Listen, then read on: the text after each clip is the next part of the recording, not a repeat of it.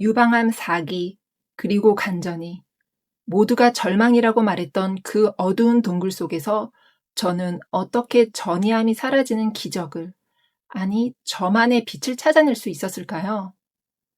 저는 동굴 속에서 그냥 주저앉아 울기만 했던 건 아니었어요. 그 어둠 속에서 어떻게든 빛을 찾아냈던 이야기를 오늘 들려드리려고 해요. 우리는 때론 길을 잃을 수 있어요.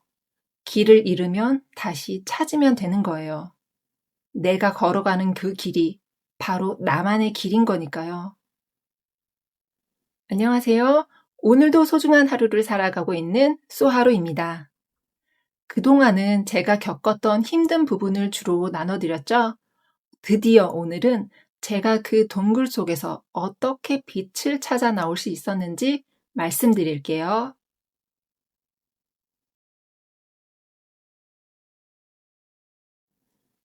진단 당시 저의 멘탈은 완전히 무너졌고 눈물도 정말 많이 흘렸어요. 사기라는 현실 앞에 깊이 좌절했었죠. 그럼에도 저는 어두운 동굴 속에서 빛을 찾으려고 끊임없이 노력했어요. 처음엔 현실을 부정했어요. 전이 된 암 조직의 위치가 큰 혈관에 너무 가까워서 조직 검사 자체를 할 수가 없었거든요. 그래서 저는 이런 생각을 했어요. 혹시 암이 아니라 양성 종양인데 영상에서 오류가 난 건 아닐까? 솔직히 말하면 그렇게 정신 승리를 하며 버틴 거예요. 각종 커뮤니티, 각종 매체를 뒤지며 간전이로 오진이 난 사례를 찾는데 시간을 쏟았어요.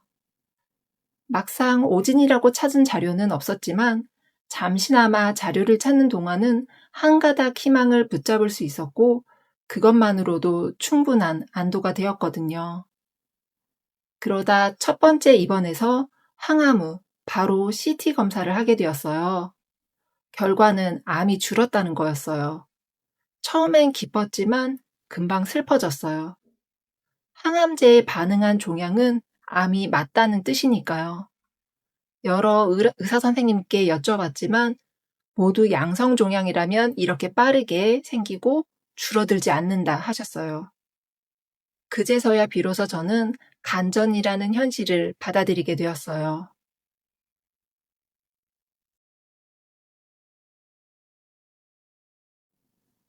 제가 진단 당시 저의 MBTI는 ISTJ였어요. 저희 집이 대문자 T 성향이 강하거든요.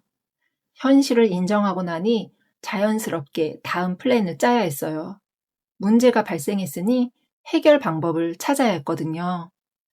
당시 제가 내린 결론의 핵심은 미토콘드리아였어요. 암세포는 미토콘드리아 기능이 망가져 있거나 비활성화되어 있다는 것인데요. 그럼 미토콘드리아의 회복이 왜 중요하냐 하면요. 망가진 미토콘드리아의 기능을 깨워 정상적인 산소 대사를 하도록 유도하면 암세포가 굶주리게 되거나 성장 동력을 잃게 되기 때문입니다. 그래서 한동안 미토콘드리아 회복에 좋은 운동과 식단을 찾고 파클리탁셀 치료 외에 면역군대를 키워줄 T세포, NK세포 치료까지 검색하게 됐고 실제로 파클리탁셀을 치료하면서 일본으로 치료도 다녀왔어요. 지금 와서 생각해보면 이것저것 많이 해봤지만 핵심은 단 하나였어요. 반드시 내가 나을 것이라는 믿음. 그 믿음이었던 거죠. 불안하고 우울하고 슬픈 날이 많았지만 그건 감정이잖아요. 암에 걸렸으니 슬프고 우울한 건 당연한 거예요. 그 감정은 충분히 받아들였어요. 그럼에도 제 마음 깊은 곳의 신념은 흔들리지 않았어요. 그래도 나는 반드시 나을 것이다. 당시 함께 치료받던 환우 언니가 나중에 이런 말씀을 해주셨어요. 너는 나은 사람처럼 행동했어. 꼭 나을 것처럼 말하고 행동했다고. 그 말을 듣고 깨달았어요. 아, 내 신념이 나를 살렸구나.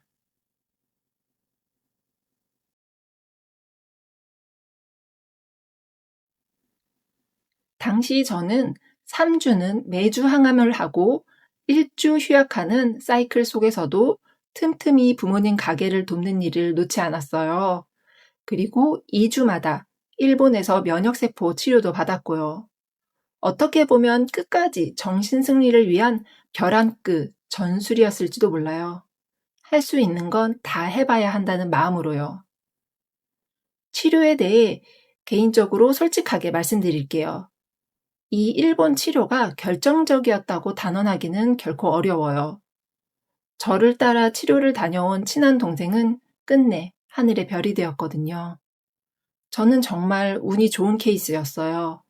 파클리탁셀의 효과, 정신력, 면역 치료, 이 모든 것이 잘 맞아떨어진 결과라고 생각해요. 아무리 정신승리를 해도 기본 약효가 없었더라면 저는 이 자리에 없었을 거예요. 이 내용은 전적으로 저희 개인 경험에 기반한 이야기임을 참고해 주세요.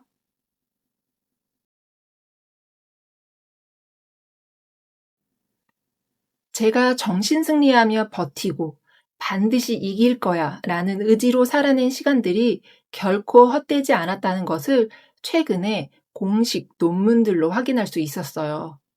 서울대병원 윤영호, 윤재현 교수 연구팀이 진행성 고형암 환자를 추적 조사한 결과 위기 상황에서 감정적으로 무너지지 않고 삶의 방향을 주체적으로 정비하는 긍정적 대처 능력이 높은 환자가 그렇지 않은 환자보다 생존율이 훨씬 높았어요. 특히 놀라운 건 우울증이 있더라도 긍정적 대처 능력이 높은 환자는 사망 위험이 크게 증가하지 않았다는 거예요. 단순히 우울하다는 감정보다 문제를 주체적으로 해결하라는 의지가 생존율의 열쇠라는 거죠. 이 부분은 프랑스의 두경부암 환자 연구에서도 마찬가지였어요.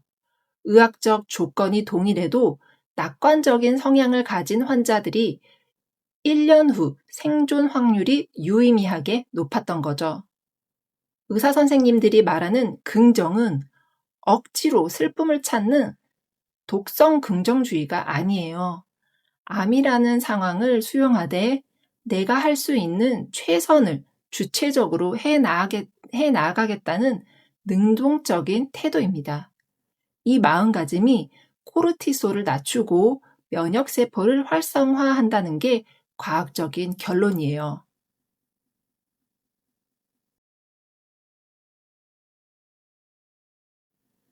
마지막으로 여러분께 드리고 싶은 말이 있어요. 암 진단. 당연히 인생에서 가장 큰 충격이고 흔들리는 사건이에요. 슬프고 불안한 감정들 충분히 느끼세요. 그럼에도 우리가 붙잡아야 할 것은 딱 하나. 내가 반드시 나을 것이라는 믿음과 의지입니다. 저는 오직 나을 방법만 찾았고 이길 방법만 생각했어요. 그렇게 길을 잃은 상황에서도 빛을 향해 저만의 길을 걸었고 전이함이 사라지는 새로운 길을 만들어냈어요. 긍정적이지 않은 사람도 후천적으로 충분히 바뀔 수 있습니다. 긍정은 내 상황을 오롯이 받아들이는 것에서 시작된대요.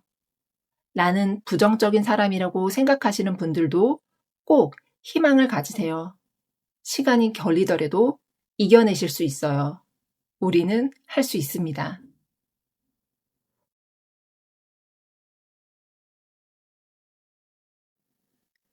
오늘 영상이 여러분의 마음에 작은 촛불 하나를 켜드렸길 바랍니다.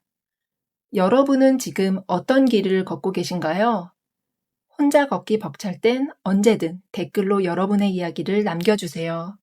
소아루는 항상 열려 있으니까요. 함께 응원하며 나아가요. 다음 영상에서 미토콘드리아를 회복하는 기초 운동에 대해 말씀드릴게요. 오늘도 소중한 하루 보내세요. 다음 영상에서 봬요. 감사합니다.